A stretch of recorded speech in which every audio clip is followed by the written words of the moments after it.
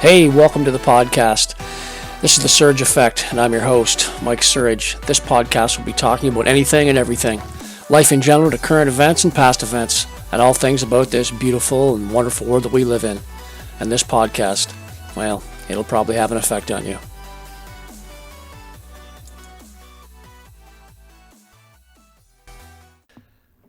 Well, hello there. Welcome to another episode of The Surge Effect. All right, so today what I'm going to try is a little something different. Every once in a while I'm going to do these little pieces. I'm going to call it the week that was. Just a little bit something different. Actually, the idea came to me from a friend of mine that lives down in the States. So thanks, Mike. Appreciate it. Anyway, so basically what I'm going to do is take what's in the news cycle for the last week, and I am going to basically just be going over what's transpired in our news cycle, and there's a lot that's transpired over the last week or so. So I'm just going to cover a few different things today in this podcast. It's going to be a few different things, starting with the new scandal with the Liberal government involving the RCMP, inflation, of course, in Canada, our gas prices in Canada, Trudeau speaking about guns in Canada, passport renewals and it being a nightmare in Canada, Pierre unveils his new pay-as-you-go law, and more on Bill C-11. Tamara Lich accepts her Freedom Award, our government hypocrisy, and of course, the last but not least, the Roe versus Wade Supreme Court decision the other day. So the latest scandal is the Liberal government, of course. And if you haven't heard what's going on with that, they're interfering with the RCMP investigation so the Liberals can pass their gun legislation. So just listen to this clip of Candice Bergen asking questions in our House of Commons in regards to this. Have a look. Accusations that the Prime Minister used the Nova Scotia mass shooting to advance his political agenda are extremely troubling. We believe Superintendent Darren Campbell when he says that Commissioner Leckie pressured the RCMP to reveal certain information. We also believe that it's possible the Commissioner was pressured by the PMO and Public Safety Minister's office. These Liberals have a pattern of interfering in investigations to advance their political agenda, just like we saw in SNC-Lavalin. Will the government commit today to a full and open and transparent investigation to get to the bottom of this? Well, Minister of Emergency Preparedness. Speaker, the independence of law enforcement operations is a key principle of our democracy, and it's one that our government deeply respects and one that I have always defended. At no point, Mr. Speaker, did our government pressure or interfere in the operational decisions of the RCMP. And I would take the opportunity, Mr. Speaker, to direct the members to the Commissioner's statement from yesterday, in which he makes it very clear that there was no interference. The Honourable Leader of the Opposition. Mr. Speaker, somebody is not telling the truth, and it is not Superintendent Darren Campbell. Mr. Speaker, he did not just experience this differently. We know the Liberals have a track record of interfering in investigations when it's to their advantage, and when they're caught, they deny, then they deflect, and then they blame. It's sickening to think that they're using the worst mass shooting in Canadian history for political gain, but it is very possible. We need to get to the truth on this, Mr. Speaker. Again, I'm going to ask the Minister, I'm going to ask the government, will they commit to a full and an open investigation? So this clip about Candice Bergen asking these questions about Superintendent Darren Campbell. In this little news clip, basically Bob Paulson's talking about Mr. Campbell in this news clip. And basically what he said was one of the RCMP's commissioners, Brenda Luckie's predecessor, is standing by Superintendent Darren Campbell after he claimed that his superior allegedly interfered in the Nova Scotia mass shooting to help the Liberals pass gun control legislation. Now, former Commissioner Bob Paulson and a number of other Force veterans are standing in solidarity with Campbell after the Liberal government attempted to cast shade on the integrity of his allegations. Now, Darren is one of the best investigators in the force and a highly reliable officer with tremendous integrity, Paulson told the Globe and Mail. You won't find a practicing police officer who will speak ill of Darren Campbell. So that tells you a little bit about that gentleman's personal integrity. So take it as you wish, but keep in mind the track record of this government. And if you don't believe me, there's numerous things you can find online, but here is one from the words from Jody Wilson-Raybould, who happened to be our Attorney General, and she was fired by Trudeau. She actually said this in her book. I am still mad at myself for being convinced at one point in time that the Prime Minister was an honest and good person, when in truth, he would so casually lie to the public and then think he could get away with it. So I'll just let you ponder that for a little bit and what is going on with this scandal in the weeks to come. Next, we'll talk about inflation. The inflation rate in Canada is just out of this world right now. It's at a 40-year high. But this Liberal government is doing what's best for Canadians, like they've always said in the House, or doing what's right for Canadians and what's best for Canadians. But at least that is what they constantly say anyway in the House. But their actions speak louder than words. Our inflation, it's a hidden tax. It's caused, basically, it's economics 101. They're printing too much money, and there's not enough goods, right? Too many dollars chasing too fewer goods. That's just the way it rolls, and that's what inflation is. And this government is this printing money. It's like a free-for-all. And they're giving away lots of our money as well. Lots of our tax dollars to different countries. But first, listen to how this government is working for us. Have a listen. Scott Peterson with the breaking inflation numbers from StatsCan. And Scott, they are far higher than we even expected. Yeah, 7.7%. Heather, this takes us to an inflation rate that we have not seen all the way back to 1983. And it's also the largest month-over-month jump in the inflation rate going back since they kept these type of records from Statistics Canada, and that's in 1992. But everything across the board was more expensive. Services, as more people got out of their homes, wanting restaurants, hotels, etc., up over 5%. But let's take a look at the main culprits driving this inflation. And as you mentioned, a lot faster than economists were expecting. Gasoline prices up 12% month over month. That's the biggest jump in a month going back 2 years, up 48% year over year now. Fuel oil, other types of fuels up a whopping 95%. We've got food stable, but it's still up 9.7%. That's the fastest increase going back to the early 1980s. Edible fats and cooking oil, in particular used around the world, that's up 30% year over year. That's the largest increase on record. We've got shelter costs up about 7.5%, furniture up 23%, and wages as well. They're rising, but not nearly as fast as these prices. 3.9% is the average wage hike in Canada. So anything above and beyond that really is money coming out of Canadians' pocket. And wow. Prices are increasing so fast that our wages can't even keep up to the price increases of everything across the board. It's just crazy. Back in June of 2023, Canada will provide $250 million to the United Nations to address a food crisis exacerbated by supply chain constraints and high inflation after Russia's invasion of the Ukraine, Prime Minister Justin Trudeau said on Thursday. We provided $500 million at the beginning of the year to the United Nations Food Program. And this is an additional $250 million to address the serious crisis, Trudeau told reporters at the Commonwealth Summit in Kigali, Rwanda. We have a homeless problem right here in our own country. In every major city across Canada, there's homeless issues. Right now, of course, you can pick any country or any city in our country and you could find homeless situations. The one I'm just going to post here is Vancouver. These people are living in tents. And the homeless in Vancouver, British Columbia, Canada, is a social crisis that has been rapidly accelerating over the last decade. According to the United Nations, homelessness can either be relative or absolute. Absolute homelessness describes people living in absence of a proper physical shelter. United Nations, we just gave them like almost $1 billion to solve different issues, but we have issues in our own country. Now, it's once again, it's nice to see that the government's looking out for our best interests and the citizens of this great country.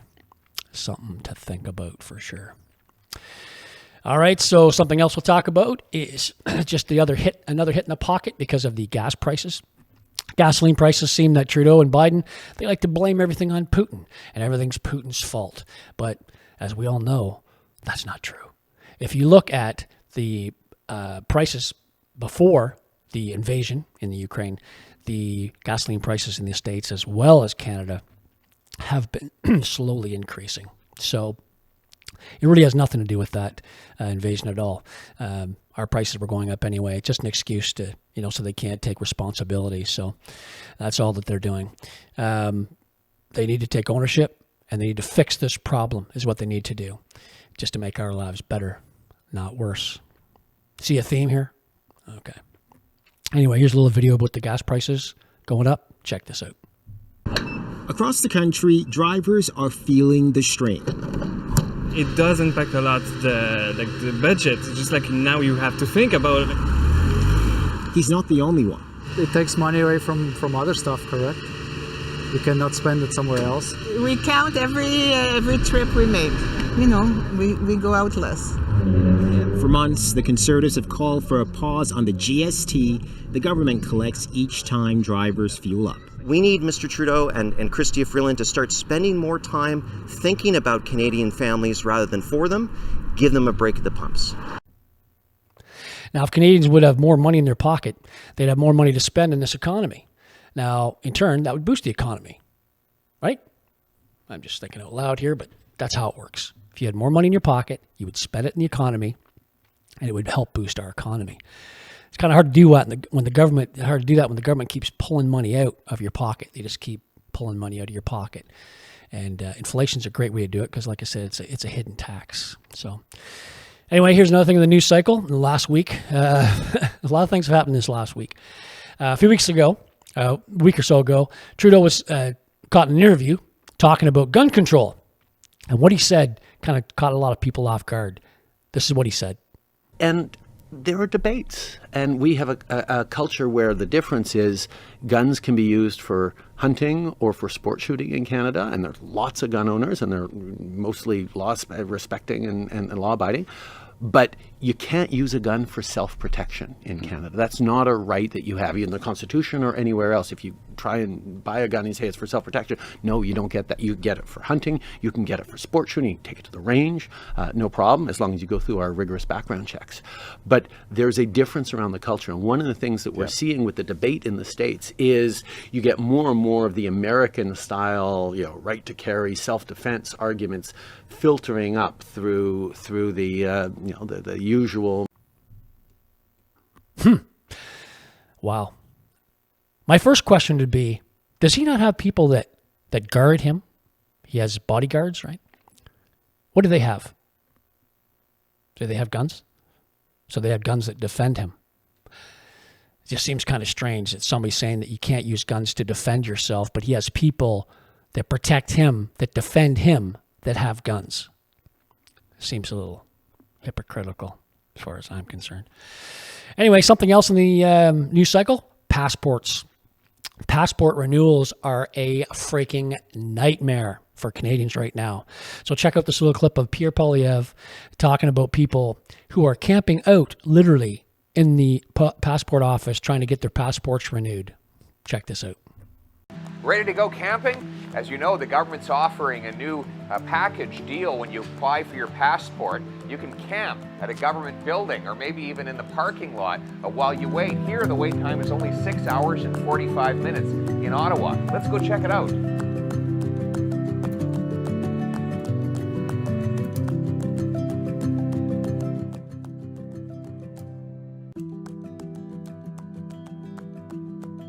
Long line, eh? 6 a.m. 6 a.m. Said the first person got here at 3. 3 in the morning. This is unbelievable. So you got here at 6, the first person got here at 3. Has it 5 a.m. And you're still not through? No, and I think they might not. You don't think you're going to get it? I don't think so. Today, come back tomorrow morning. And they literally came out here and told us to be here tomorrow morning at 3 a.m. Let us in this building at 7. They told you to be here tomorrow at 3 a.m. If you want to get in. Now, isn't that something? Now, would a proactive government already know that being under lockdown for the last 2 years and change, that this could potentially happen? Well, of course, because this is what's going to happen. You're dealing with Canadians who've basically been locked down for over 2 years and they haven't traveled anywhere because of all the mandates. And all of a sudden now it's over. It's like, oh, we should get some more people maybe to help push, these passports through quicker so these people can be on their merry way. Oh no, let's just back everything up. But listen to Karina Gould explain about the passports. Check this out. Right now, the challenge is really with regards to volume. Canadians have, for the past 2 years, stayed home. Many people's passports either expired, or a lot of people who didn't have passports before. So what we're experiencing right now is kind of a 2-year backlog of people wanting to renew passports. But more than that, 85% of the passport applications that we're getting are actually for brand new passports. So people who've never had a passport before. Is this acceptable for a government who has locked down Canadians for over 2 years just to say, well, we are overwhelmed, with the sheer numbers of people wanting their passports renewed? No travel for 2 years. I'm thinking that people may want to travel somewhere. Like I said earlier, the government just doesn't seem to think that way, I guess. But you think a proactive government would go, oh, we need to sort this out and get this going quick. That's what leaders do, and that's what they should have done, but they chose not to. And now we're in the predicament that we're in, okay? So Pierre unveils his new policy he wants to introduce government for his spending, and it's a thing called pay-as-you-go law. So the Conservative leadership candidate Pierre Poilievre has promised to implement a pay-as-you-go law to limit government expenditures and curb inflationary pressures. The policy would force lawmakers to find an equal amount of savings when proposing legislation to spend more money. So in other words, the money that the government, they won't be able to spend anything without saving an equal amount. The pay-as-you-go law would bring the real world to government. The people have been pinching their pennies long enough, and it is time politicians started pinching their pennies too, said Poilievre. Now, there's a common sense idea, huh? You don't spend more than you have, eh? There's a novel idea, isn't it, eh? I am sure most households stay within their means. And why does the government think that it continually run on a deficit and just spend silly-nilly? Well, because they can just raise taxes and just pull in more money, something that households in Canada cannot do. We all have to spend within our means, and that's how that works. So something else that's been going on in the last week or so is Bill C-11, of course, which is making it in the news cycle once again. I covered this on my last podcast. But listen to Pierre explain it a little bit more in detail, and it'll give you a better idea of what the Bill C-11 really is all about. Check this out. We live in a big, open country. Our democracy should be big and open, too. But of course, the gatekeepers don't want it that way. That's why they've had the ultimate gatekeeper, Justin Trudeau, introduce Bill C-11, the censorship law. It would allow the CRTC, more gatekeepers, to control what you see and say online. This bureaucracy would be able to manipulate the algorithms that determine what shows up in your Facebook news feed or on your YouTube stream. Basically, all the social media you have would be manipulated by government bureaucrats using secretive criteria to determine what they want you to see.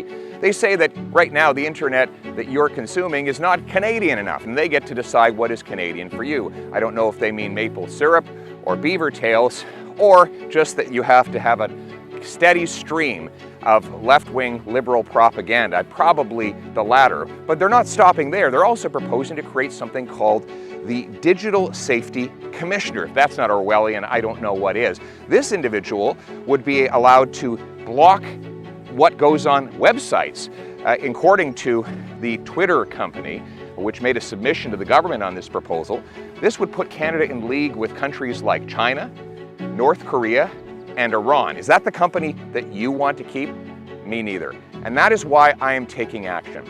A Pierre Poilievre government will repeal the censorship and introduce the Free Speech Act. The Free Speech Act would eliminate the government's ability to control what you see and say on the internet. It would fire this Digital Safety Commissioner so that there's no one entitled to censor your internet. And it would protect the principle embedded in Section 2B of our Charter of Rights and Freedoms. To be or not to be, as Shakespeare would ask. That is the question. Well, my answer is this. I will protect our charter rights to free speech, and I will embed it in law with this new act.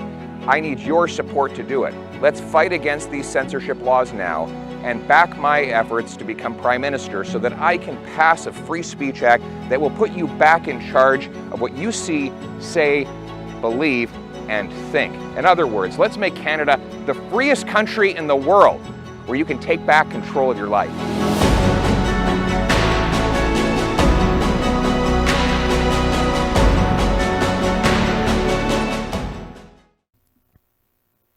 Fairly self-explanatory. So why does this government continually want to make any of us Canadians, they want to take away our freedoms? All the Canadians just take away our freedoms, slowly chip away at our freedoms. And this one, Bill C-11 is just no different. And they're taking the Charter of Rights, freedoms, and they're just forgetting the thing even exists. That's like, doing that in the States. If the States just, threw away the First Amendment, freedom of speech, or the Second Amendment, the right to bear arms, the people would freak out, because that's in their Constitution. Well, our Bill of Rights is like that Constitution. Or our Charter of Rights and Freedoms is just like that Constitution, as well as our Bill of Rights. It's about freedom, right? Anyway, speaking of freedom, let's listen to a bit about Tamara Lich talk about freedom. In her acceptance speech of the 2022 George Jonas Freedom Award, she received this year, Tamara was talking about freedom. And Tamara Lich, if you don't know, she was one of the speakers when the truckers went to Ottawa. And she was very outspoken, nothing wrong with that, but she was jailed for being outspoken, and they charged her with mischief because they said she was one of the leaders of the convoy. But she was stuck in there for a long period of time, and I think it was a travesty. I'm sure that a lot of other Canadians would agree. But there's what she had to say about freedom when she accepted her Freedom Award. Have a look. We know that democracy, that system of government that Churchill said was the worst form of government, except for all the others which have been tried, we know it has its origins in Athens. But a very important question is often missing, and that is, what gave rise to Athens? What gave rise to all the philosophy, the math, the fundamental ideas some 3,000 years ago that started Western civilization? And the answer comes to us from the historical record of one battle, when the Persians attempted their invasion of Greece.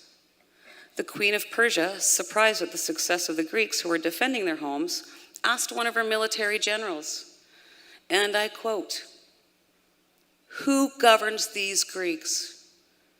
Who commands their army?" And the general, who was also surprised by how strong the Greeks were, responded, "No one.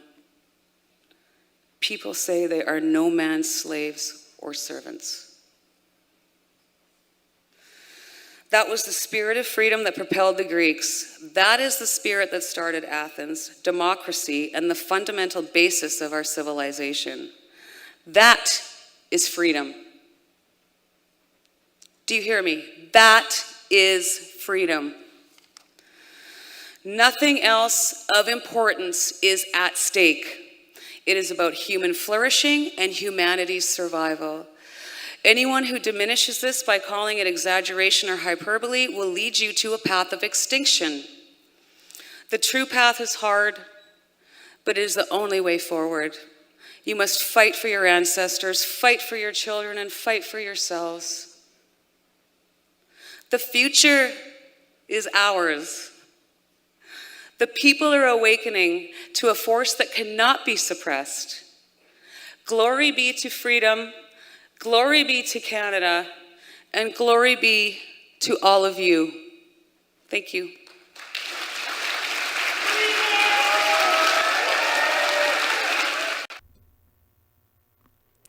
Freedom. Now there's a beautiful thing. Freedom.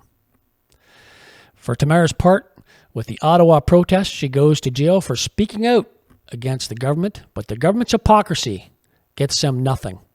No repercussions. The government gets nothing. Here's an example of one of those instances. Check this out. Prime Minister announced to the public that he was COVID positive immediately following a trip to the United States. So that is a fact. It is within 14 days of that. That is a fact. He has now got on an airplane and has flown to another continent. So these are facts. It's also a fact that they've put in rules that have no scientific basis, that seem only to serve to punish the people that he said have unacceptable views, that are mostly misogynist, that are mostly racist. So that's the contradiction. So if any other parliamentarian or any other Canadian is following public health advice or following the science, that's great. What we have is a Prime Minister who seems to rely solely on political science and not make any decisions based on medical science. He's completely out of step with what every provincial medical officer of health has said, and he's been out of step with them for months. We've heard from Dr. Tam that it's not the Public Health Agency of Canada who's making the decisions on when these mandates are lifted or when they're put in place. We've heard that it's a decision for politicians to make. So it is very clearly political science and not medical science. Now, we would not even be allowed to leave this country if we tested positive for COVID, but he can. Come on, folks. This is just hypocrisy at its finest. It's just so ridiculous. Anyway, so last but not least, I'm going to talk a little bit about the Supreme Court ruling on Roe versus Wade.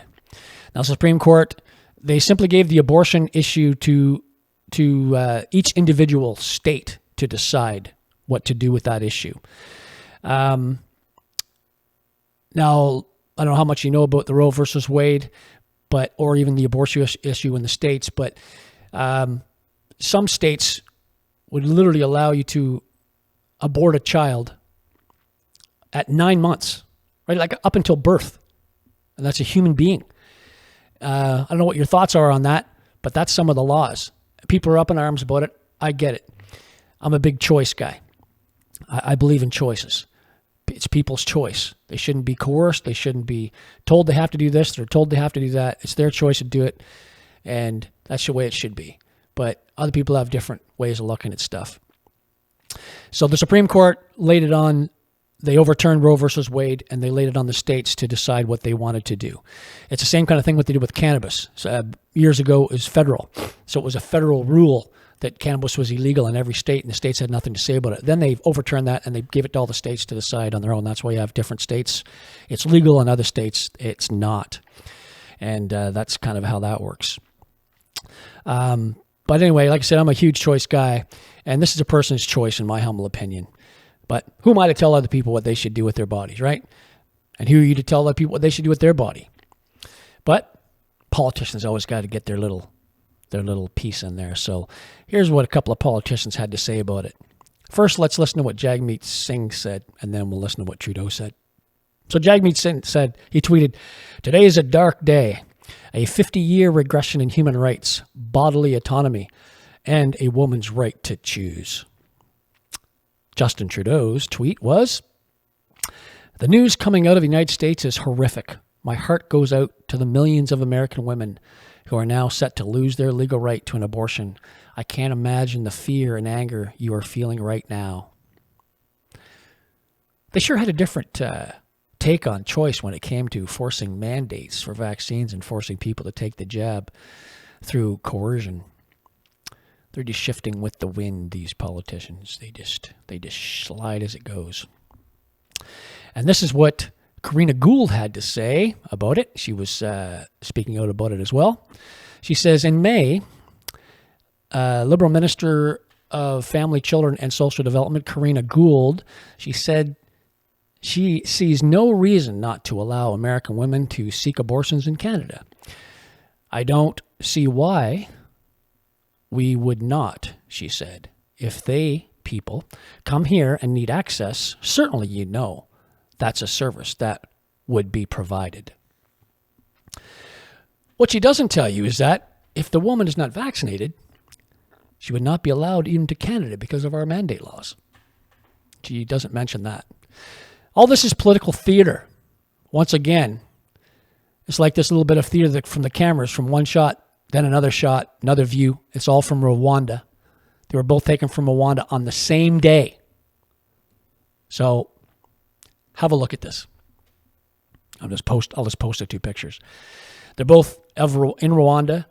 They're both of Trudeau, of course, and he's speaking with the same gentleman. Backdrop's the same, of course. One picture he has his mask on, one mask he has off. Anyway, once again, just all political theater. So, with all that being said, that is the end of this podcast. The week that was.